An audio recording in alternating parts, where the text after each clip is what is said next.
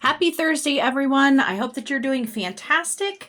I am coming to you a day early because I'm actually in the process of shifting my video days to Wednesdays since we're getting near the psychic fair season and I'm going to be super busy on a lot of the Friday through Sundays. I'm just going to be doing my videos on Wednesdays. I am Ann Darda. I am a professional psychic in Western New York, and I'm also a Reiki master and a certified death doula. My household magic class, I have a public-ish one on this Saturday on the 29th at Rising Goddess in Tonawanda, and that's from 2 to 3:30. So if you want to take that class with me, you need to contact the shop and get registered for the class. If you're wanting to do, if you're not in the area, you can schedule. I have a couple days left with my household magic class being on sale. So you can get onto my Calendly account and sign yourself up to do a one-on-one video class. Okay, so the one of the cards that we had for my patrons this past week was the Sheriff of Nottingham. And I really got to thinking about this, and I thought that the video for this week is the Villian Within Us All. That sounds terrifying, doesn't it? Well, it is very complicated. So let's see how we go down the rabbit hole here. Okay, so the Sheriff of Nottingham, if you know anything about the Robin Hood stories, he is the bad guy, right? He's the one that Robin Hood and all of his merry men are stealing from, and he's constantly getting angry and all this other stuff.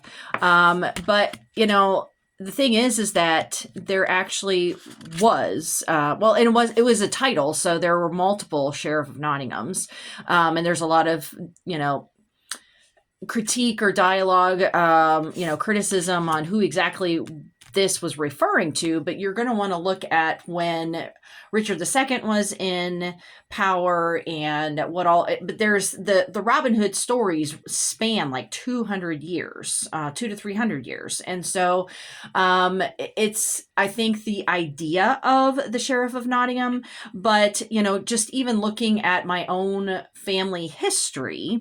So this is where we start going down this rabbit hole here. I am a historian, and so I have done extensive research on both sides of my family tree, and I found that we actually are related to the Sheriff of Nottingham.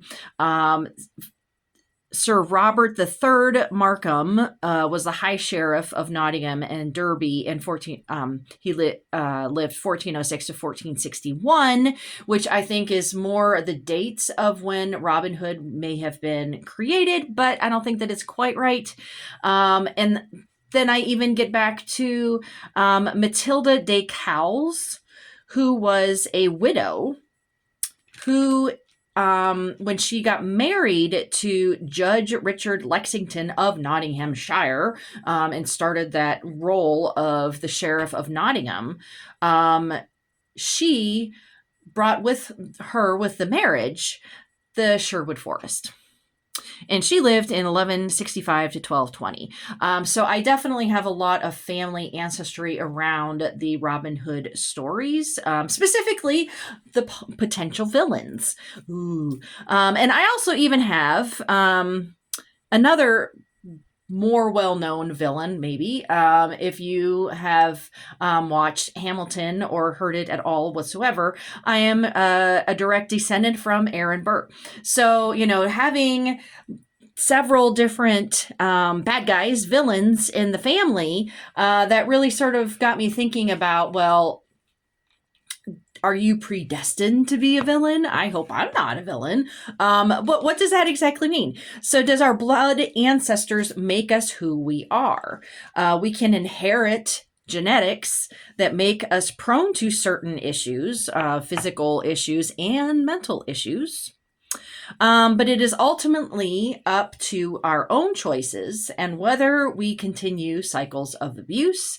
And you can't really help with like physical genetic disorders, but you can try to help balance any of the mental disorders that may come from your genetics.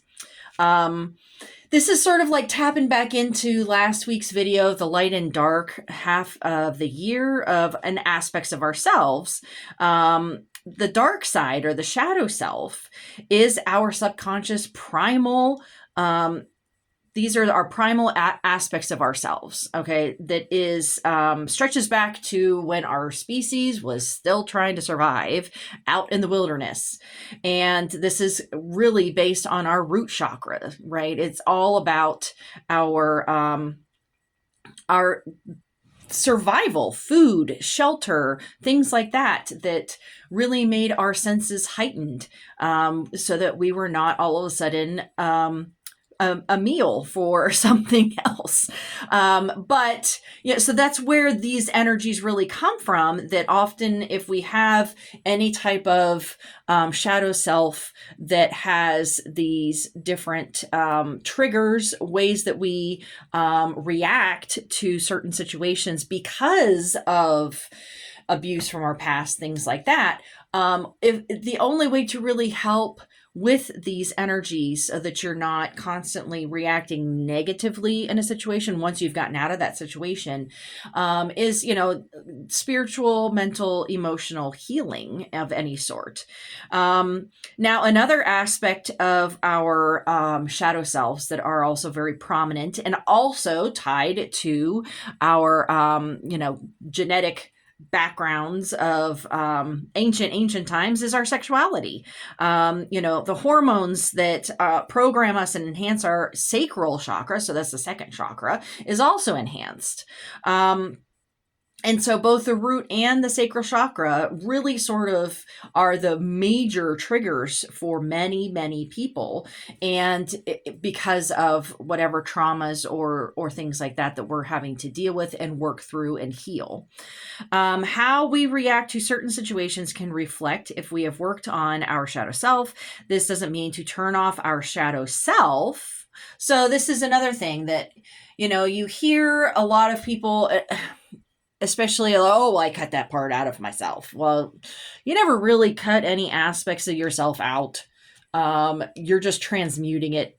And usually if you're ignoring something, then it is deeply hidden and it's going to come out in a very horrible way. So it's better to just face things. You know what? This is a trigger for me, or this is a major issue for me, or something like that, that we can take piece by piece and transform your shadow self into a healthier version, because you don't ever want to actually get rid of,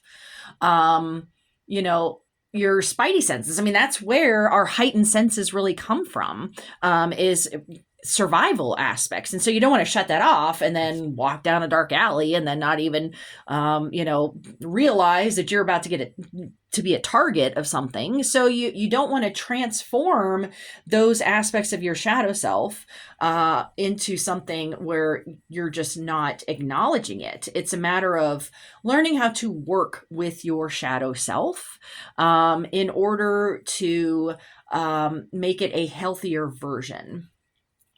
And that is part of you. So, I mean, you can't ever really cut it out. And people that say, oh, well, I just cut that out of myself. Well, they're delusional. They're pretending, and that dark aspect is going to resurface in very negative ways. So I hope that this is helpful. I mean, like I said, our ancestry and just what the villain is. I mean, we often love villains in stories, right? And that's why, especially in the past 10, 15 years, we've had a lot of stories and movies from the villain's perspectives.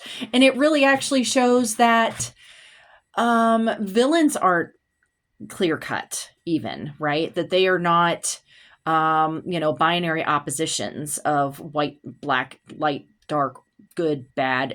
There is really no such thing as that. And so I think that us acknowledging that villains can be very complicated as well, but ultimately it's the choices that the villains, the who, and we also can always be a villain in somebody else's story. Have you been a villain in somebody else's story? I know I have. Whether or not I saw myself as the villain, that's, all up for interpretation, right? But it's how you react to situations and whether or not you face them or not, that is the most important thing. So I'm hoping that that is helpful to you all, and you all have a wonderful weekend, and I will see you next Wednesday. All right, bye-bye.